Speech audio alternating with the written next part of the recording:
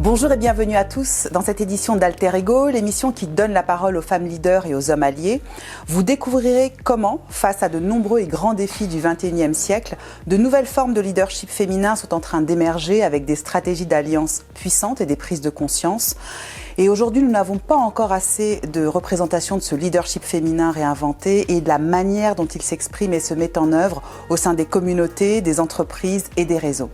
Tous les mois, avec Alter Ego, nous souhaitons vous faire découvrir leur vision du leadership, mettre en lumière leur parcours, ce qui les guide, ce qui les inspire et surtout ce qui leur tient à cœur, qu'elles soient des femmes politiques, des chefs d'entreprise, des sportives, des dirigeantes, des entrepreneurs, des artistes ou des scientifiques. Aujourd'hui, nous recevons Kadia Moisson. Alors, vous êtes une femme polyfacette, entrepreneure, dirigeante, gérante, engagée sur le continent africain ainsi qu'en Europe. Bonjour et bienvenue, Kadia. Bonjour.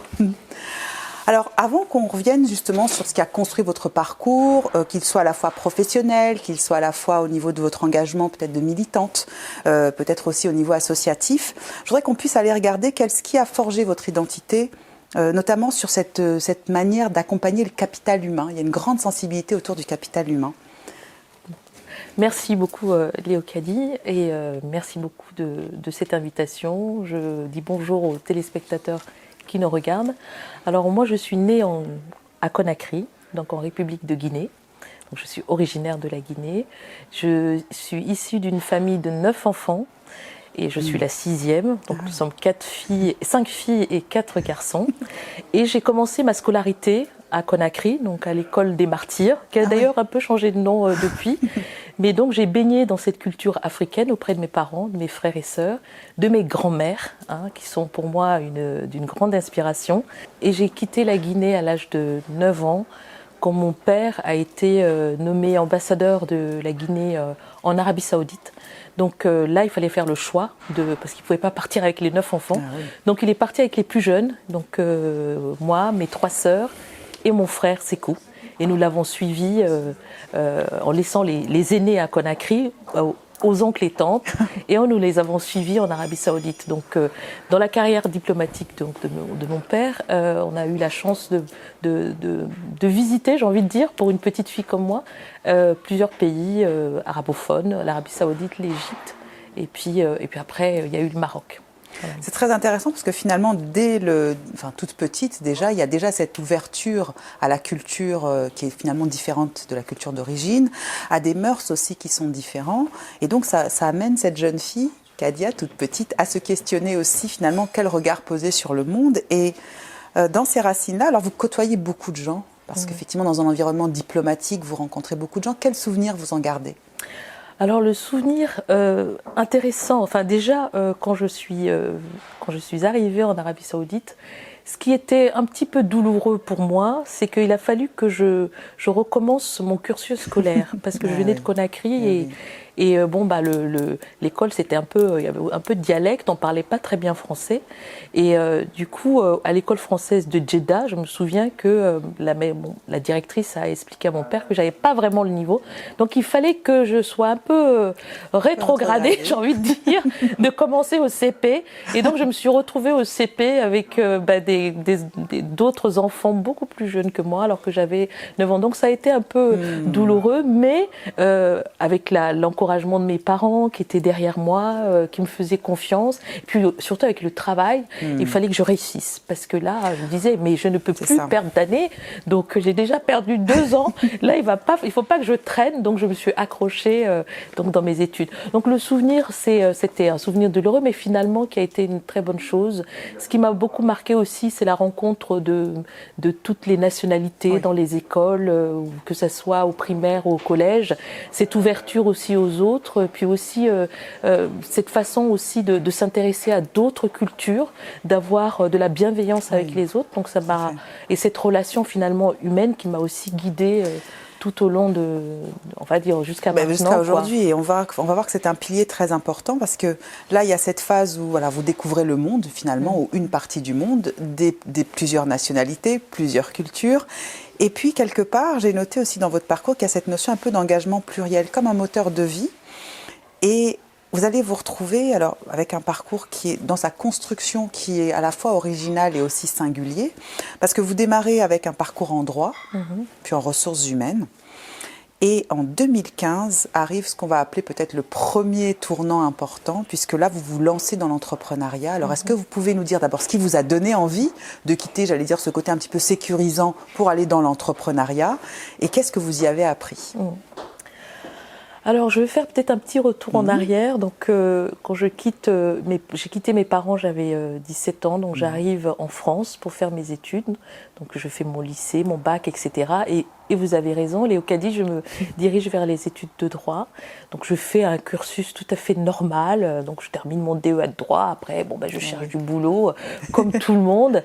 Et j'atterris, en fait, par la force des choses dans les ressources humaines. Donc, et j'en fais finalement mon métier plus tard. Donc, j'ai eu la chance et l'opportunité de travailler dans des entreprises vraiment intéressantes, de services, pas françaises, mais plutôt étrangères, hollandaises, israéliennes, qui était justement une de mes plus belles expériences, ICTS France à Roissy. Oui. Ça a été vraiment une expérience assez sympathique. En tout cas, j'en garde un très très bon souvenir avec de très bons managers qui m'ont réellement inspirée. Et donc, au fil de l'eau, je continue dans cette trajectoire et j'arrive en 2015 comme salariée dans une association. Donc j'étais en charge des affaires sociales et du juridique et bien entendu des ressources humaines. Donc c'est une association qui existe toujours, qui est basée à Bobigny, qui s'appelle Iris Messidor et qui est une association qui accompagnait des handicapés psychiques.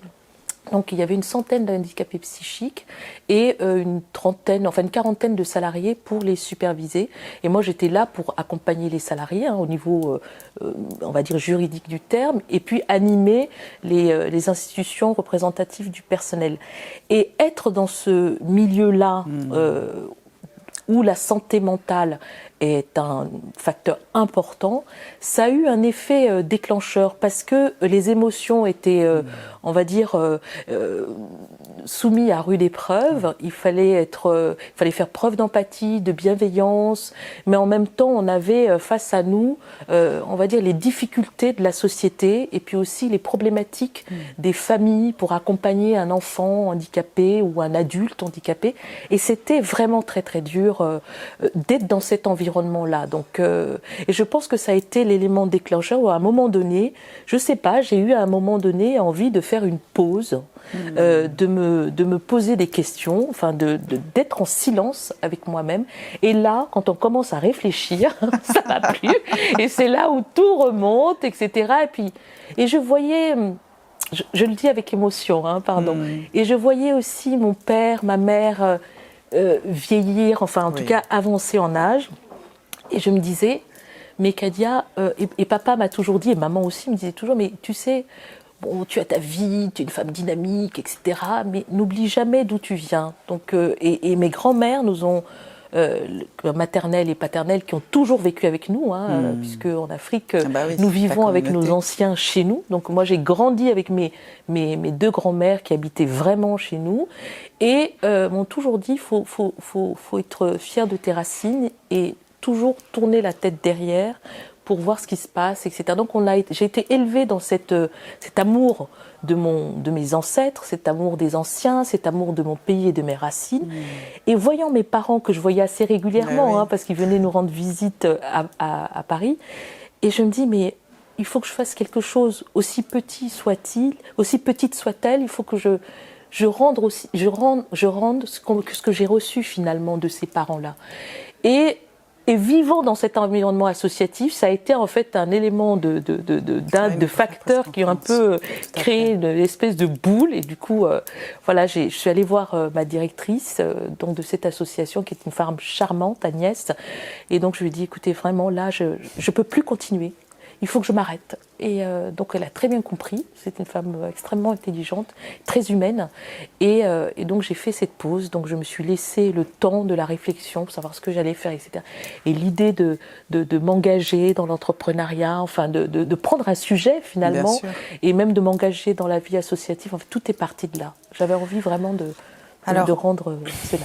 Et en conservant la chronologie, 2018, hop, vous faites un saut carrément dans un grand groupe et vous allez chez Grant Alexander pour accompagner le développement international du groupe sur le continent africain et là en qualité de directrice Afrique. Alors racontez-nous un petit peu ce qui s'est passé et ce que vous y faites. Oui. Eh bien, Grant Alexander, c'est...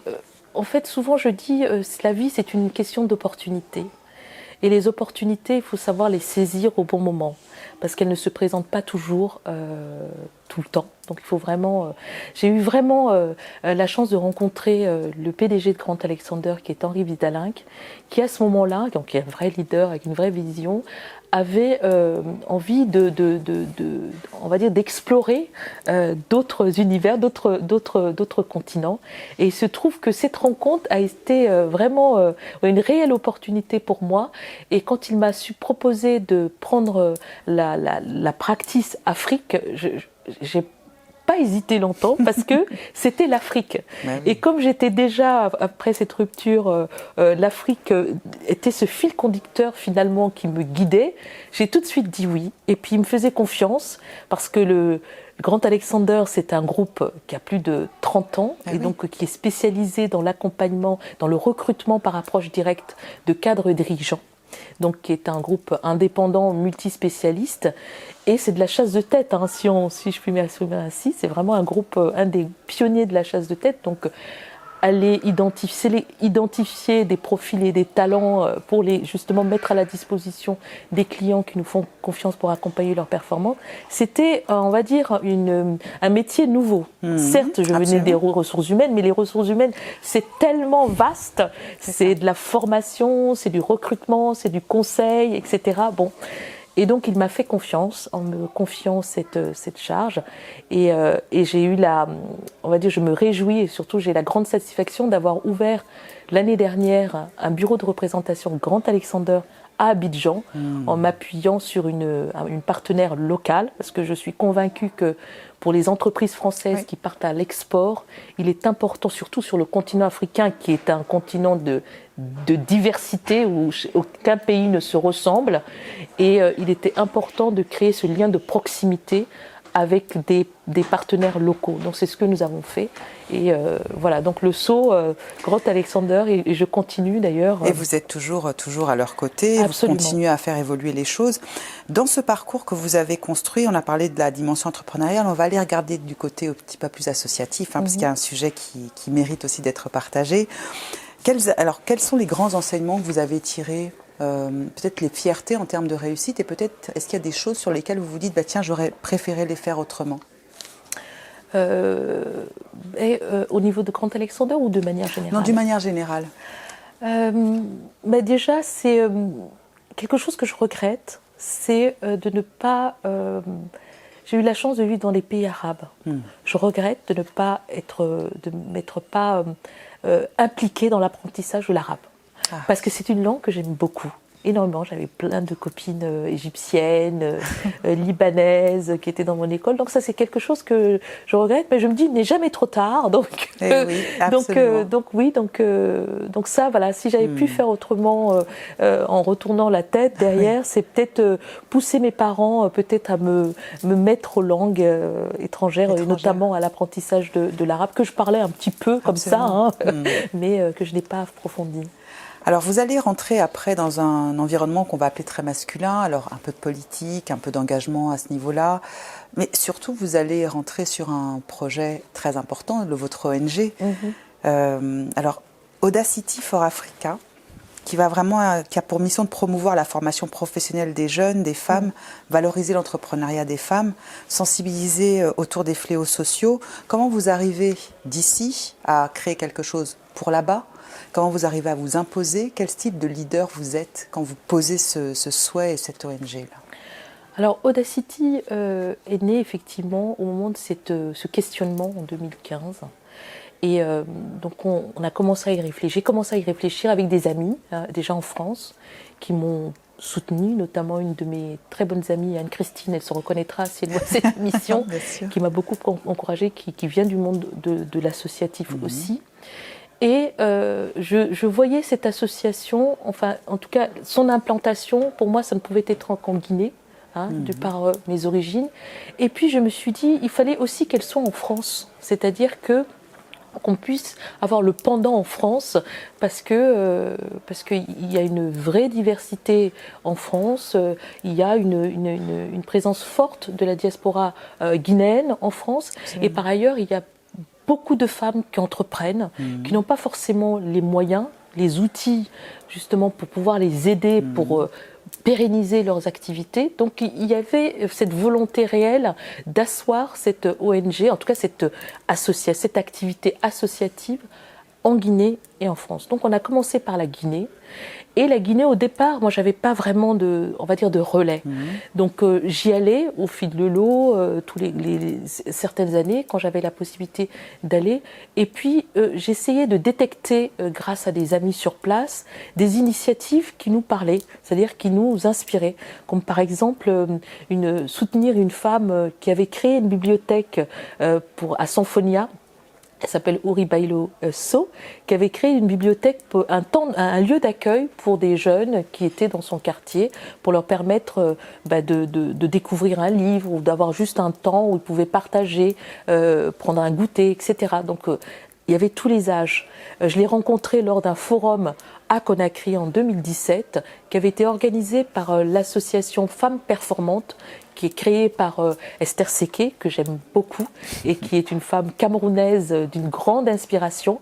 Et donc, quand elle m'a invitée à ce forum, en tant que Guinéenne, on avait été mis en connexion via une amie, comme ça se passe souvent. Et au cours de ce forum, j'ai rencontré vraiment des femmes guinéennes très engagées sur le terrain, et j'ai eu envie avec Audacity, effectivement, de pouvoir apporter notre aide. On est une petite association. Ce qu'on se donne comme mission et comme ambition, c'est de dire qu'est-ce qu'on peut apporter en fonction de nos moyens, en fonction de ce que nous avons. Alors ça peut être juste de la mise en relation, ça peut être de la connexion réseau, ça peut être faire une opération de crowdfunding pour lever des fonds pour accompagner leur activité. Donc c'est ce qu'on a fait notamment avec cette jeune entrepreneur qui avait sa bibliothèque à Sanfonia, pour justement, grâce à des missions, des dons que nous avions, pouvoir soutenir son activité. Et le soutien pour elle, ça s'est matérialisé par exemple à payer son loyer pendant 6 mois. Voilà. Donc, et ça, on a pu le faire en 2017, parce qu'à l'époque, je sollicitais des entreprises françaises. Enfin, je tapais à la porte des entreprises en disant voilà, je viens de créer mon association, voilà ce que nous faisons, etc.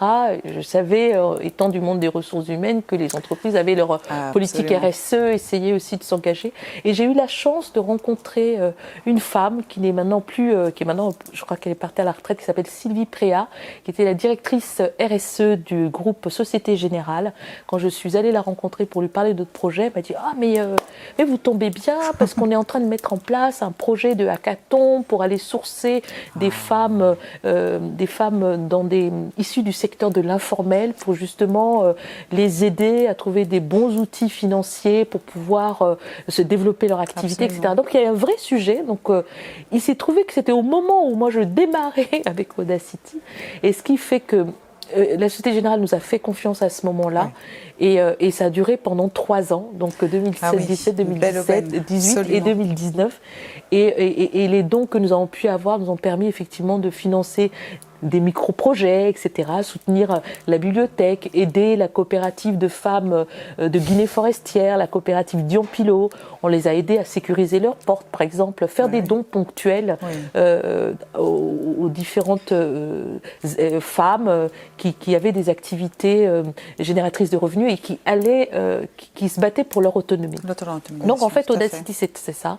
C'est à chaque fois identifier des initiatives pour les soutenir, et souvent des initiatives portées par des femmes. Donc c'est d'où notre événement, où nous avons la chance d'avoir, grâce au Rotary Lafayette de Paris, grâce à leur présidente qui nous fait confiance et qui croit en notre projet, qui s'appelle Claudine Leprince, et qui organise ce dîner caritatif au profit de Audacity, pour que nous puissions recueillir le maximum de dons pour soutenir cette fois-ci une femme guinéenne entrepreneur, Mariam Camara, qui a eu, on va dire, une vie pas simple, mais qui malgré tout se bat au quotidien pour justement acquérir une certaine autonomie économique et pouvoir pérenniser son activité. Alors elle fabrique, elle coud des serviettes hygiéniques jetables, enfin pas jetables, lavables, réutilisables, qui ont une durée de vie d'à peu près 2 ans. Et elle est partie du constat que les petites filles, les jeunes filles, les collégiennes, les lycéennes avaient des problèmes de menstruation et qui du coup n'avaient pas accès à ces serviettes-là. Donc elle les coud très très bien et donc ça permet effectivement à Audacity de payer grâce à nos mécènes, nos dons qu'on reçoit, ces serviettes hygiéniques et ensuite pouvoir les distribuer gratuitement dans des collèges et dans les lycées que nous avons. Voilà. Donc aujourd'hui, on a un relais à Conakry. On a la chance d'avoir une représentante, Aïcha Kallo, qui, depuis qu'elle est arrivée, moi je la lâche plus, parce que justement, ça nous permet aussi de pouvoir avoir quelqu'un sur place qui nous aide à accompagner nos activités. Ouais, c'est ça, on sent que cette notion finalement de ressources humaines, ce recrutement, cette capacité à détecter des talents, des bonnes compétences, a vraiment été quelque chose de fort et de puissant dans le cadre de cette association-là. Et alors, quand les gens vous rencontrent, parce que là vous avez parlé de la Société Générale qui vous octroie ces fonds, vous avez parlé de ces grands organismes, enfin en tout cas de ces grandes associations qui existent depuis de nombreuses années comme le Rotary, qui vous appuient.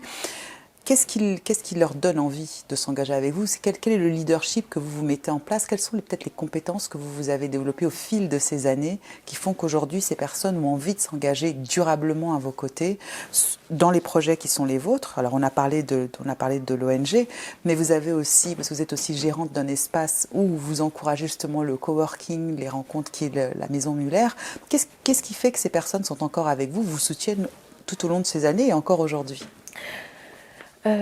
Pour moi, ce qui est important, c'est d'abord d'aimer les gens. C'est-à-dire, si on n'aime pas les gens, on ne peut rien faire. Il faut aimer donner, aimer se mettre aussi à la disposition des autres et avoir à cœur le souci de l'intérêt général. Moi, c'est ce que mes parents et mes grands-parents nous ont appris, c'est faire des choses, pas forcément parce que vous allez avoir un intérêt derrière, etc. Non, non, c'est vraiment, vous faites des choses parce que vous vous dites, j'en bénéficie aujourd'hui, mais c'est très bien parce que ça va peut-être bénéficier à d'autres demain. Donc pour moi, c'est fondamental. Donc aimer les gens et aimer créer finalement du lien à chaque fois. Respecter les gens, c'est très important. Être humble dans tout ce qu'on fait et puis avoir à cœur de finalement être à notre niveau, un acteur ou une actrice du changement. Parce qu'on est là sur cette terre, c'est pour faire évoluer les choses. Chacun à sa manière, dans son petit cercle familial, dans son village, dans sa commune ou dans son pays. On veut tous que les choses avancent. Mais si, par petits bouts, chacun apportait sa part, eh bien, peut-être qu'on n'aurait plus pas de guerre, pas de famine, etc. Donc moi c'est ça qui me guide. C'est voilà, donc les choses se sont faites assez naturellement. C'est pour ça que je dis, il y a eu des opportunités parce que effectivement, qui sont nées de rencontres finalement de gens, de belles personnes qui tout simplement vous font confiance et ça se fait assez naturellement. Donc après, effectivement. Mais tu es allé chercher où cette compétence? Je dis, j'en sais rien, enfin, je sais pas, ça s'est fait de manière assez naturelle et ça s'est fait un peu au fil de l'eau. Alors, ça nous permettra de voir un peu aussi comment évolue cette ONG, de voir aussi comment elle continue à accompagner ces entrepreneurs de l'informel pour les mettre en lumière, pour montrer aussi la richesse des compétences et des talents qui existent sur le continent et les mettre en visibilité, puisque vous avez un pied là-bas et un pied ici. Alors maintenant, on va venir sur quelque chose peut-être de plus personnel. Quand on a préparé l'émission, je vous avais demandé de prendre un objet qui vous représente, un objet peut-être qui parle de vous. Est-ce que vous en avez un à nous partager? Alors, je n'ai pas d'objet, mais j'ai des photos. Je voulais venir avec une photo, mais bon, vive la technologie, les photos sont dans mon téléphone, donc je peux vous les montrer. C'est une photo que j'ai amenée. Alors d'abord, il y a cette première photo où il y a mon père. Oui. Et là, c'est son frère, parce que c'est les deux seuls qui restent aujourd'hui de ma grand-mère paternelle. Là, c'est ma grand-mère paternelle qui a vécu avec nous, vraiment, qui est maintenant plus de ce monde. Et il y a cette photo de mon père et de ma mère. et qui sont pour moi mes grandes inspirations et qui sont responsables, j'ai envie de dire, de ce que je suis aujourd'hui. Et donc j'ai beaucoup de reconnaissance pour mes parents parce qu'ils m'ont apporté pas mal de choses qui me caractérisent aujourd'hui, cette identité que j'ai, à la fois cette identité africaine, guinéenne, assumée, ancrée, et aussi cette identité française qui a été ma terre d'accueil. Bon, j'ai fini par épouser un Auvergnat, mais ça arrive à des gens très bien. Et donc voilà, donc je ne peux pas me renier. Aujourd'hui, je suis les deux. Mais voilà, j'ai voulu montrer ces photos parce que si je suis aujourd'hui, c'est grâce à tous ces gens-là. Et c'est aussi une manière pour moi de remercier le bon Dieu aussi, et puis de tout ce qu'il a fait pour mes parents et aussi pour moi. Et donc pour moi, c'est vraiment le socle. Donc l'Afrique, c'est mon fil conducteur. Un fil conducteur. Voilà, absolument, pour tout. Pour tout, et avec aussi, dans cette manière que vous avez de décrire les choses, un peu cet esprit qu'on retrouve en Afrique du Sud avec cet Ubuntu, qui finalement, je suis ce que je suis Absolument. grâce aux autres. Et c'est ce que vous êtes en train de continuer à véhiculer, vous transmettez. Absolument. Et alors j'aurais envie, pour clôturer, de vous demander, voilà, si vous aviez 3 conseils à donner à ces jeunes filles, femmes, garçons qui nous regardent aujourd'hui, lesquels ce serait justement peut-être pour embrasser alors un parcours qui serait similaire au vôtre, mais en tout cas être respectueux finalement de ses racines dans les différents engagements. Mais ce que je leur dirais tout d'abord, c'est d'abord de se faire confiance. Parce que la vie n'est pas simple, effectivement, surtout pour nos jeunes en Afrique. Et il y a un taux de chômage qui est assez important.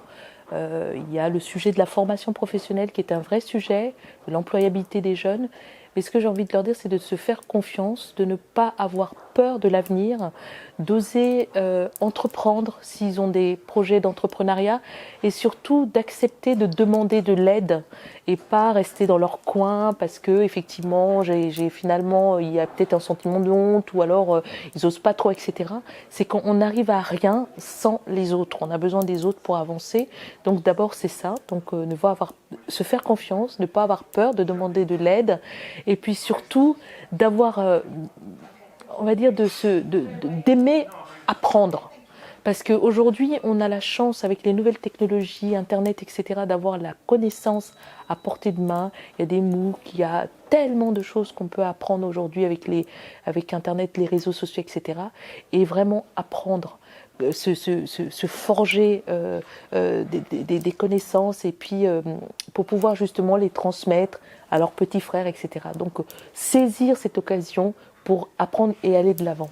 Voilà.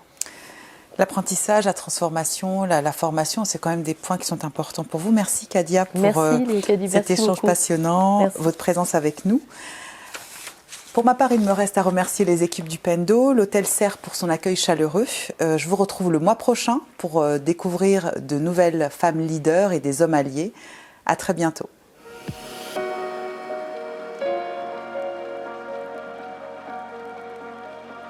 You're the quiet child.